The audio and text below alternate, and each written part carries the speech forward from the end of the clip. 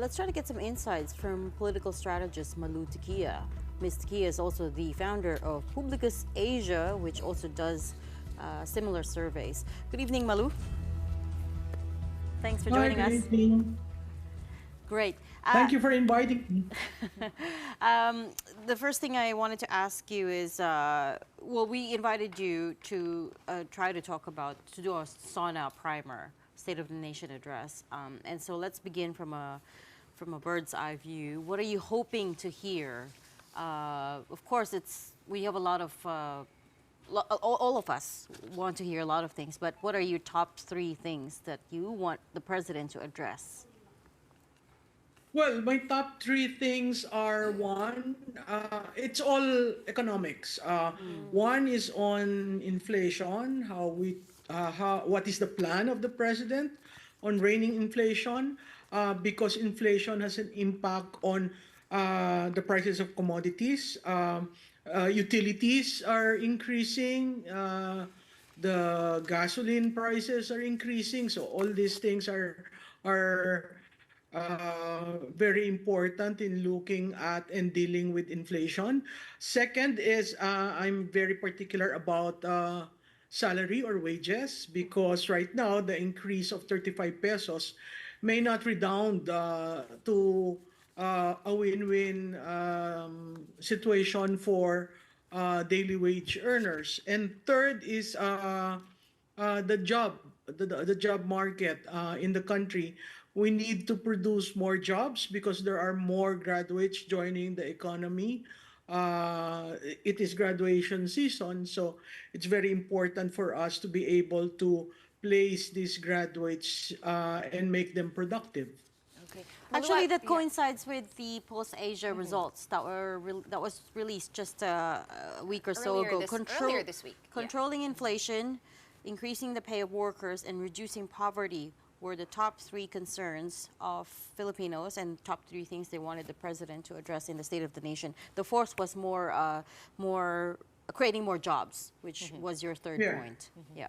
It's actually the result of polls dovetails the results of Pahayag, our quarterly survey. The total of those 3 pointers are 56%. So it's a huge number to begin with, since apparently the administration has not adequately handled it. Okay, Malu, leading up to this SONA, right, we have seen that the palace was holding kind of like press cons per department. Every day may isang secretary na nagsasalita about plans. What did you make of all of that? Is that a usual happening? And what was your takeaway from all of those press cons? Maririnig ba rin Well, natin, no, yung summation noon sa SONA on Monday? That's a very good question, because apparently the pre-SONA, the one they did over the government channel, actually lowers the bar in terms of putting together and preparing the public for the State of the Nation address. First is the host. I don't think our Mr. Nieto was prepared to present really what has been achieved. Yes, the department secretaries was there, but they were not talking about accomplishments. They were talking in broad strokes. SONA is usually broad strokes, and you need data, you need the details, you need the action agenda uh, rolled out and explained to the public, because the president can only speak for what? Maximum of 2 hours. Beyond that, nobody pays attention to it. So the pre-SONA is very important. In the previous administration, the pre-SONA was a huge event, and there's a panel. All the cabinet secretaries are there, and everyone is invited. Today, the government channel was not utilized well in order to reach to a crowd, and having Mr. Nieto as the moderator, who came very ill prepared, doesn't look good for the government. I think the pre-SONA was not given its due regard, since if you take a look at previous administrations, the pre-SONA was a major event. so that the expectations are managed for the State of the Nation address. Okay.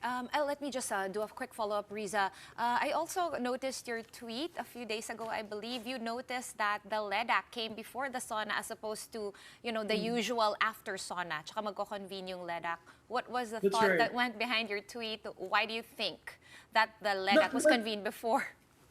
Yeah, the tradition is the president will do the SONA, and then there's a common agenda between the House and the Senate, and you do that after the SONA because the SONA is directional. It tells you the priorities for next year. Of course, number one important there is the budget. And then both houses will convene and agree on their agenda, and then they meet with LEDAC. LEDAC is multisectoral. So I don't understand why LEDAC was done unless there is no direction. LEDAC has always been after the State of the Nation address. In previous administration, that has always been the case. In this administration, LEDAC went ahead so that I don't know if the discussions made in LEDAC will be reflected in the SONA. Okay. Malu? The interconnection with the agenda, and they agree. You have to see that we only have 70 session days for the third regular session of the 19th Congress before we get into campaign mode. And I heard just today that Senate President Escudero was considering making Thursday session day. So if Thursday becomes a session day, that would be 93 session days. And with all the listings of bills and legislative measures being made in LEDAC, I don't think we have enough session days to really consider certain key legislations passed by this third regular session. Well, do you think it would matter on who's attending and who's not? We already have, reported that Vice President Sara Duterte has already said that she will not be attending SONA. You think this would matter to how successful President Marcos' SONA will be, depending on the attendance? Well, the SONA has always been highly attended. That's a measurement of the strength of the parties in government. No, we have seen that pre-election 2025, you have political parties joining Partido Federal and them creating the Bagong Alyansa. No, so you will. I think it is very important that.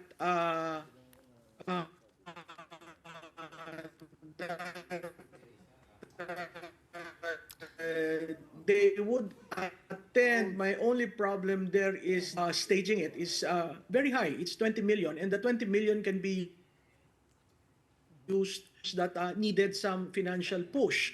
The vice having said that, the vice president that being there,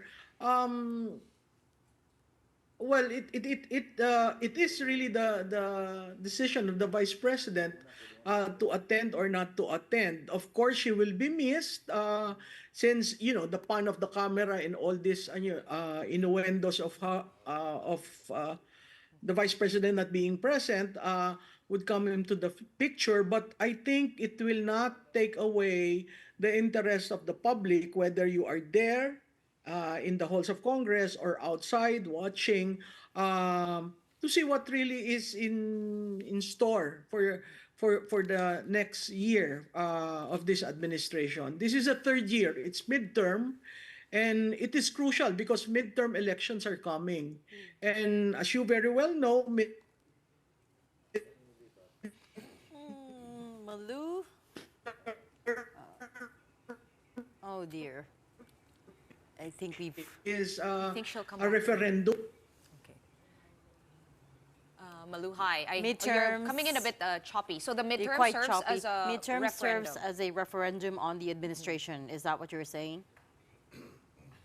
That's right. That's right. Okay. And it is the when people listen in the State of the Nation address, the third, people will also be thinking about whatever happened to unity, whatever happened to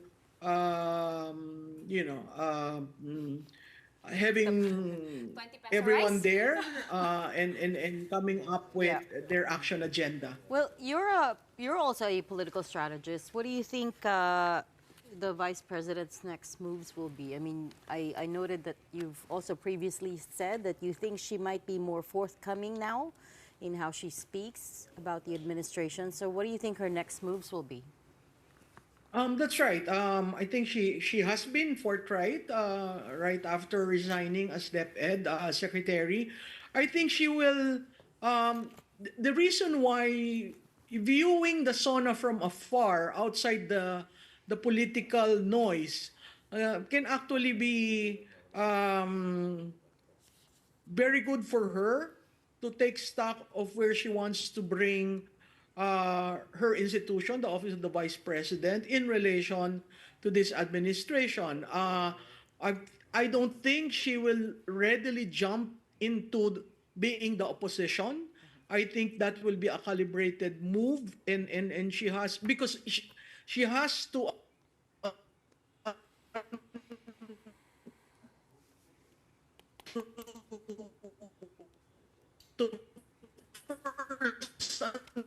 Oh dear. Okay. I think the internet's Yeah, finally Malou? given up. I don't know if this is related to CrowdStrike, but I was we'll thinking try. the exact same thing. I don't think so, I know. but Have we nevertheless, lost Malou? Can we get confirmation from control? we might have lost her. still here. Oh no, she's there. Oh, okay. She's there. Uh, Sorry, real quickly. We lost a chunk of what you were saying due to choppiness. About the vice president? Yes. Yeah, well, the vice president may not necessarily end up as opposition immediately. My Do you sense think- is she will be a fiscalizer.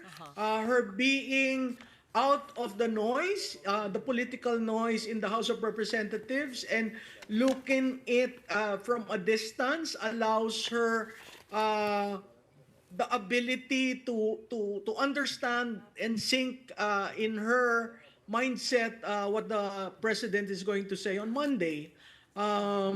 I don't think she will deliver a contra sona because that is not yet a clear path to her. But certainly she will take note of what the president is saying and accordingly plan. Okay. She's a very calibrated person. So Sara Duterte as a fiscalizer, that's exactly what I was going to ask you. Last question. We're entering this SONA, right? Right before the midterm elections, and in the climate where people are unhappy with the economic situation. Clearly, that's something that all surveys reflect. Another thing that the surveys reflect are declining ratings, approval, trust ratings. Sometimes it's marginal, sometimes it's a bit more marked. What do you make of all of that entering into the SONA, and can the SONA help cure these ratings?